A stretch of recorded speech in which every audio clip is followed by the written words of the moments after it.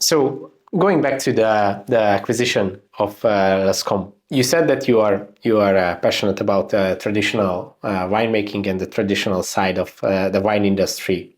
Lascom has this steep history of being a second growth in the 1855 classification. What do you think is the importance in today's wine industry of the classification? Do you think it's outdated, or is it like this story part that we talked about in the wine industry that people still get excited about, and it's like an interesting way and I think it's still relevant in the sense that a lot of the classified growers still own all the best vineyards, yeah, right? And that's where it stems from, right? yeah, Why was Lascoma second growth and maintain that? They have great vineyards to be able to produce great wine. Chateau Margaux has great vineyards. Chateau yeah, Palmer has great vineyards. I think where you saw maybe some irrelevance was in the quality of winemaking. yeah. And I think that for a number of the classified growths, they had, I think, reduced the quality of winemaking for many Mm. years. I think we talked about the 70s being one of those decades. It just was a bit of a dud for the region as a whole. But okay, great. Now we true the ship up, and now we're making better wine. The classified growth can still make higher quality wine because they have better vineyards. And if you have a Yeah, mediocre vineyard, even if you increase your quality of winemaking, there's a ceiling as to yeah, how great a wine you can produce because your vineyard is inferior. That's just the basics of science of how vines grow, and what you can do with them. So I think it's relevant, although some of the chateaus at times underperform for their classification. mm. And I think Yeah, for Lescombe, what we said from immediately from the 22 vintage was, I don't believe in this mindset. Well, over the next 10 years, I go, no, you get a vintage every year.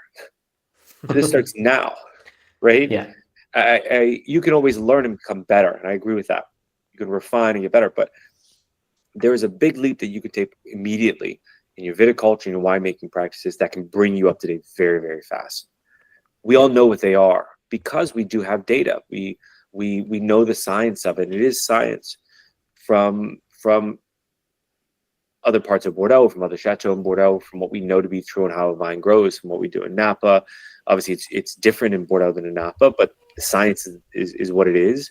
yeah, And we know at a base level the techniques used to make very high quality wine. Now, the first step, make high quality wine. Then, what do we want to do that creates the Chateau Lescombe voice and style? Because the yeah, human element in terroir is real. yeah, And it's again, we'll go back to the comparison to a chef. If you give the identical ingredients in the same recipe to 5 different chefs, you will have 5 very different dishes, right? yeah, Because winemaking, if it's done well, it's still driven by a bit of instinct in the hand of the winemaker, right? There's yeah. so many decisions that are made daily, weekly, monthly, yearly in a wine's life before it even gets to the bottle, that you can have something very different. So then it's 22. If you taste the 21 Let's Go and the 22, the spike in quality is undeniable. It Yeah. just we reduce the vintage the quantity of the Grand Vin by half immediately, Wow. 1 year. Wow. Very, very basic, difficult economically, but it's the right thing to do, right? Yeah. So we make that decision. Great. We know that we can produce this much Grand Vin. We can't produce this much Grand Vin because we're never going to get the quality we want. This much Yeah. Grand Vin, and do that. What did that do? That increased the quality of the second wine. So Yeah. both are better because of that, right? You have more second Wow. wine, but it's much higher quality. 23 came around, much more classical vintage. Then we started asking the question, what did we want to say? That's a longer journey. That takes Yeah. years. But the quality increase is immediate. And I always argue with people about this because I think that the wine industry, we are a romantic people. And I love that about us. I love about our industry. How can you be in the wine industry without being a lover of philosophy? I read Yeah. philosophy all the time. I'm right now in this very deep dive into Japanese philosophy, and I am like enamored Okay. very deeply. And I'm not going to go on that, but I can speak for hours about what I study. And how can you be in this industry? How can you walk a vineyard farm, make wine, and drink wine, by being a lover of philosophy. And it is that philosophy that makes the differentiation in the voice in what you express. That's the magic. Making high quality wine, to me, especially as a second growth of Bordeaux or being a great estate in Napa, is a bare minimum. This is when the conversation starts. That's technical, right? Yeah. We've got the science, we know the techniques, we do this, great. Inject philosophy. Now I have personal expression. This is, to me, the magic in what we want to be doing. And that's where we're now on this journey at Lescom of going, what do we want to be? And I think we were really blessed to hire Axel Heinz is the CEO and director.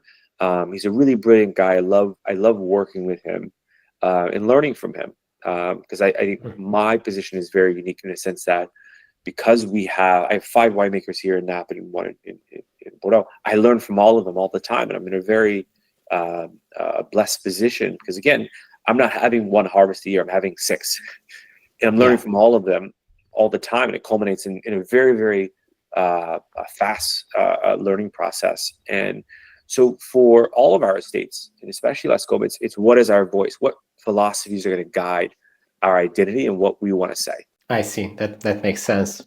About the quality of the vineyards, there is this great saying this old man always said, and I really think it's an important lesson in the wine industry, that you can always make bad wine from good grapes, but you can never make good wine from bad grapes.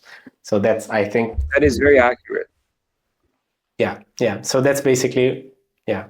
So with Lescoms and the classifications say that this is one of the still standing rules of the classification, having the best vineyards. I would challenge anyone to, we're about to release the 22 Lescom. Buy a bottle of 2021 Chateau Lescom and buy a bottle of 2022 and just have them side by side. Yeah. I mean, it's again, technically the wines are so much better, higher quality, right? And now we go, okay, what is that voice for Lescom? And that's the journey we're on right now. Wow, I'm excited to taste them. Thanks for watching this video. You can watch the full podcast episode by clicking here, or watch another interesting video by clicking here. Let's continue the discussion in the comment section and see you in the next one.